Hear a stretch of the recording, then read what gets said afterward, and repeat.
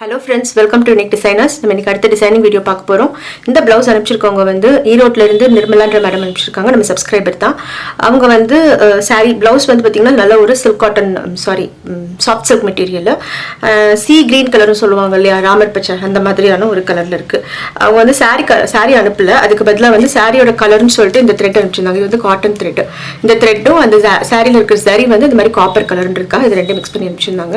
அவங்களோட இது வந்து ஒன்றும் இல்லை, லைக் என்ன டிசைன்லாம் ஒன்றும் சொல்லலை, ஏதாவது நீட்டாக சிம்பிளாக ஒர்க் பண்ணி கொடுங்க, ரேஞ்ச் கம்மியாக, அட் த சேம் டைம் உங்கள் கையால் ஒர்க் பண்ணால் ஹாப்பியாக இருக்கும்னு சொன்னாங்க. ஸோ மேக்ஸிமம் நம்ம ட்ரை பண்ணுவோம் அப்படிங்கிறதுக்காக கொஞ்சம் சிம்பிளான ஒரு டிசைன், நீட்டான ஒரு டிசைன் ரெடி பண்ணியிருக்கேன்.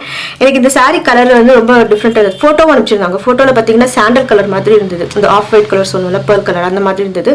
பட் இதில் ஒரு க்ரீன் ஷேட் வந்தது. ஸோ கொஞ்சம் கன்ஃபியூஸ் ஆகிட்டு அதுக்கப்புறம் வந்து மெட்டீரியல்ஸ் என்ன இருக்குன்னு தேடி பார்த்ததுல எனக்கிட்ட சீக்வன்ஸ் இருந்தது. இதே கலரில் இந்த த்ரெட்டோட கலர்லேயே வந்து கொஞ்சம் சீக்வன்ஸ் இருந்தது, பேர்ல் சீக்வன்ஸ். இந்த த்ரெட்டுக்கு நல்லா மேட்ச் ஆச்சு. ஸோ அதனால் இது சாரிக்கு மேட்ச் ஆகும் அப்படிங்கிற ஐடியாவில் இந்த சீக்வன்ஸ் எடுத்திருக்கேன். இது வந்து பேர்ல் சீக்வன்ஸ், மேட் ஃபினிஷில் இருக்கும், ரொம்ப ஷைனியாக இருக்காது, ஆனால் வந்து அழகாக இருக்கும் பண்ணுறதுக்கு. ஸோ இந்த சீக்வன்ஸ் எடுத்திருக்கேன்.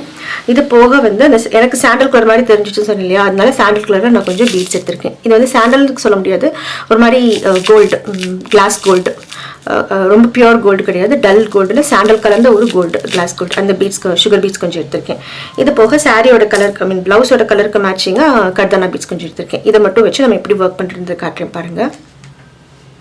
ஸ்லீவில் வந்து பார்டர் லைன் முடிச்சிட்டேன். என்ன பண்ணியிருக்கேன் அப்படின்னா, ஃபஸ்ட்டு 2 லைன் ஜரி போட்டுட்டு அதுக்கப்புறம் ஃப்ளாட் லோடு த்ரெட்டு வச்சு கொஞ்சம் ஃப்ளாட் லோடு, அதாவது அந்த சாரி கலருக்கு த்ரெட் எடுத்துருந்தேன், கொஞ்சம் மேட்சிங்காக இருந்தது.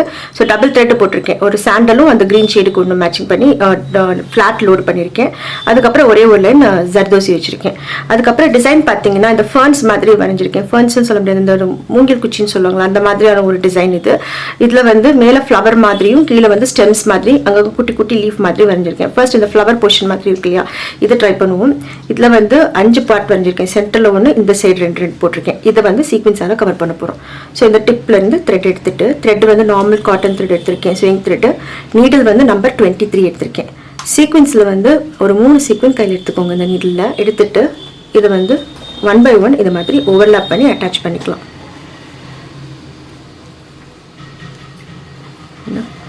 2 3 மாதிரி 3 சீக்வன்ஸ் மட்டும் போட்டுட்டு இந்த இடத்துல ஒரு நாட் போட்டுக்கலாம். அதே மாதிரி இந்த சைடுக்கும் ஒரு 3 சீக்வன்ஸ்.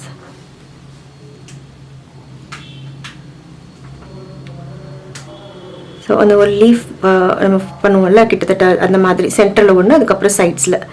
ஸோ த்ரெட்டு தெரியாமல் ஓவர்லாப் பண்ணி நம்ம சீக்வன்ஸ் அட்டாச் பண்ணிவிட்டு அந்த லாஸ்ட் ஒன் மட்டும் 2 மட்டும் போடுவோம். அப்போ தான் வந்து அது அடுத்து வைக்கிறதுக்கு ஈஸியாக இருக்கும். இதுக்கு வந்து 2 சீக்வன்ஸ் மட்டும் போடுறோம்.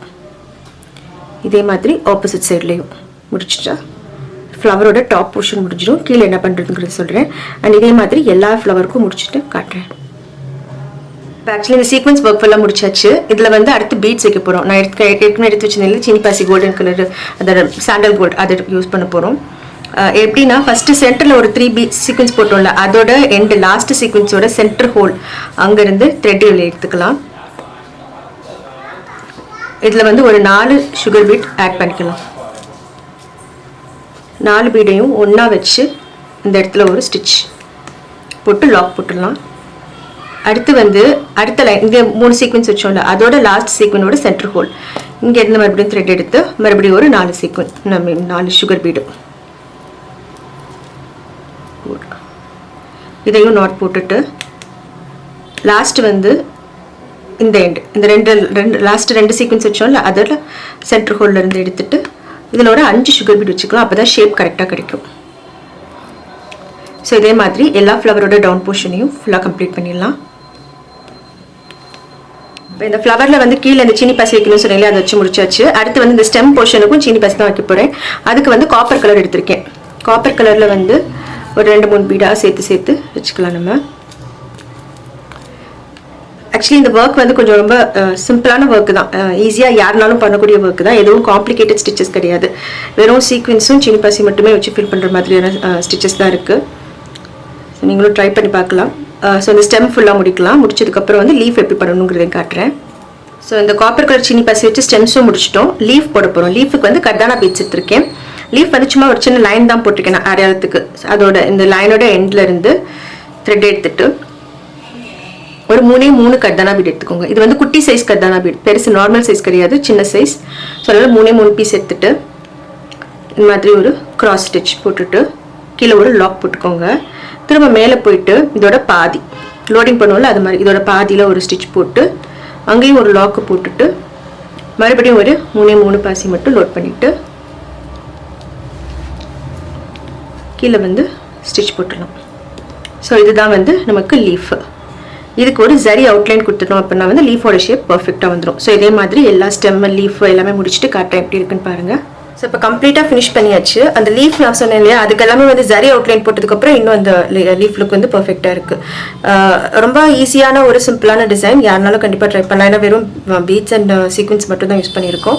ஸோ நீங்களும் ட்ரை பண்ணி பாருங்கள். அண்ட் இந்த ப்ளவுஸோட பேக் நெக் எப்படி இருக்குன்றதை காட்டுறேன், அதையும் பாருங்கள். ஸோ பேக் நெக்கும் ஃபுல்லாக முடிச்சாச்சு. ஸ்லீவில் போட்டிருக்கிற கொடி மாதிரியே சிம்பிளாக பேக்லேயும் முடிச்சிருக்கேன். நெக்லைன் வந்து அந்த ஸ்லீவோட பார்டர் லைன் மாதிரி இருக்குது.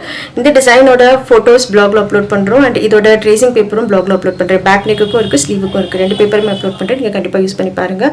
கண்டிப்பாக நீங்களும் ட்ரை பண்ணி பார்ப்பீங்கன்னு நினைக்கிறேன். தேங்க்யூ ஆல் ஃபார் வாட்சிங். பாய்.